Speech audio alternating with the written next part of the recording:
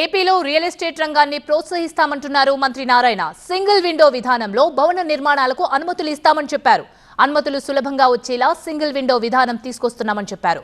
15 రోజుల్లోనే అనుమతులు వచ్చేలా చర్యలు తీసుకుంటున్నామన్నారు. ఫిబ్రవరి నెలాఖరులోగా సింగిల్ విండో విధానం అందుబాటులోకి వస్తుందన్నారు నారాయణ. నాకు ఇచ్చిన ఇన్స్ట్రక్షన్ ఒకటే, ఎక్కడైనా ఏ దేశంలో అయినా ఏ రాష్ట్రంలో అయినా రియల్ ఎస్టేట్ అనేది డెవలప్ అయితేనే ఆ రాష్ట్రం డెవలప్ అవుతుంది. రెవెన్యూ డిపార్ట్మెంట్ కానీ ఫైర్ కానీ ఎక్కడ తిరగబడలే.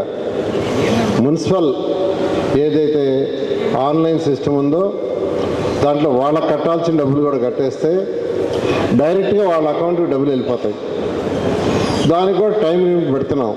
ఒక 15 days 10 days 15 days 10 daysలో వాళ్ళు ఇచ్చినట్టు లేదంటే డీమ్డ్ ఇలాంటి సిస్టమ్ యాక్చువల్గా బహుశా బై ఫిబ్రవరి ఎండింగ్ వస్తుందని మీ అందరికీ యాక్చువల్గా తెలియజేస్తున్నాను.